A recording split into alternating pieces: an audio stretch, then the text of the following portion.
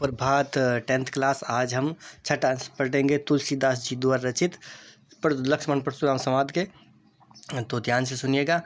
कहऊ लखन मुनि शील तुम्हारा, को नहीं जान बिदित संसारा। मात पिते ही उरिन भैनी के, गुरु नु रहा सोच बड़ जी के। सो जनु हमरे ही माते काडा, दिन चली गए ब्याज बड़ बाडा। अब आनिय व्यवहार या बोली, तुरत देऊ में थेली खोली। सुनी कटु वचन कुठार सुधारा, हाय हाय सब सभा पुकारा। भृगुबर परसु दिखावहु मोही, विप्र विचारी बचऊ नृपद्रोही। मिले न कबहु सुबटन गाडे, द्विज देवता घर ही के बाडे। अनुचित कही सब लोग पुकारे, रघुपति शयन ही लखनु निवारे।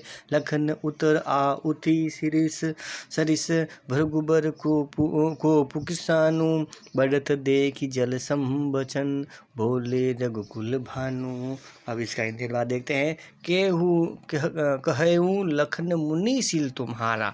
इसमें लक्ष्मण है जो परशुराम जी से कहते हैं कि हे मुनिवर, आपके शील स्वभाव, आगे ना शील तो मतलब आपके शील स्वभाव को नहीं जान विदित संसारा, कि संसार में कौन नहीं जानता है। मतलब लक्ष्मण है जो परशुराम जी से कहते हैं कि हे मुनिवर, आपके शील स्वभाव को इस संसार में कौन नहीं जानता है।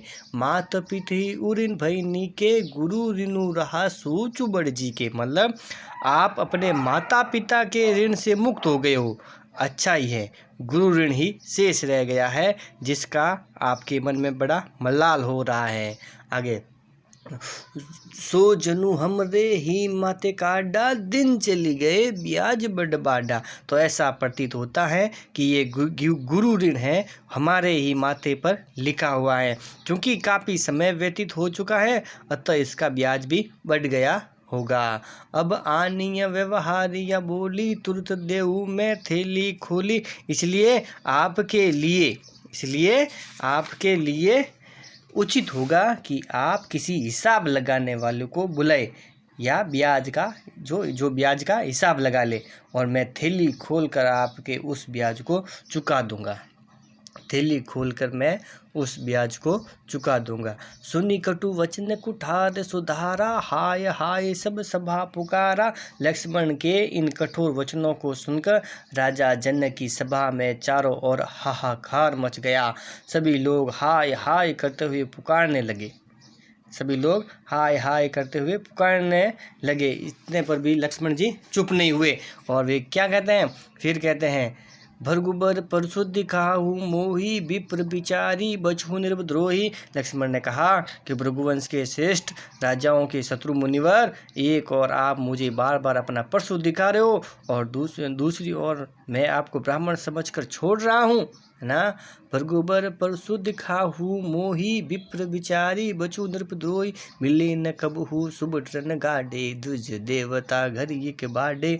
लगता है कि आपको अब तक युद्ध के मैदान में उत्तम योद्धा नहीं मिल सके हैं। हे ब्राह्मण देव, आप अपने घर में ही श्रेष्ठ योद्धा हो रहे होंगे। क्या आप अपने घर में ही श्रेष्ठ योद्धा रहे होंगे। मिले न कबू सुबटन गाडे, द्विज देवता घरी के बाडे। अनुचित कई सब लोग पुकारे, रघुपति सैनी लखन निवारे। तो आप अपने घर में ही श्रेष्ठ योद्धा रहे होंगे। राजा जनक की सभा में उपस्थित लोगों ने लक्ष्मण की अटपटी बातों को सुना, तो लोग पुकारते हुए कहने लगे कि लक्ष्मण अनुचित बोल रहे हो, लक्ष्मण आप अनुचित बोल रहे हो।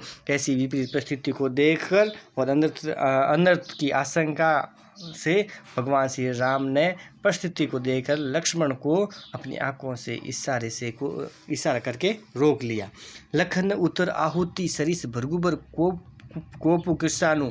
बढ़ दे की जल संवचन, बोले रघुकुल भानु। मतलब गोस्वामी तुलसीदास जी कहते हैं कि भृगुवंश में श्रेष्ठ परशुराम की क्रोध रूपी अग्नि में लक्ष्मण के कठोर वचन घी की तरह काम कर रहे थे, और इस प्रकार से क्रोधाग्नि को बढ़ते हुए देखकर और उसे शांत करने के उद्देश्य से रघुवंश के सूर्य श्री राम ने जल के समान शीतल वचन परशुराम जी से कहे। ये आप अपनी अभ्यास पुस्तिका में लिखेंगे तथा इसे कंठस्थ करेंगे। धन्यवाद।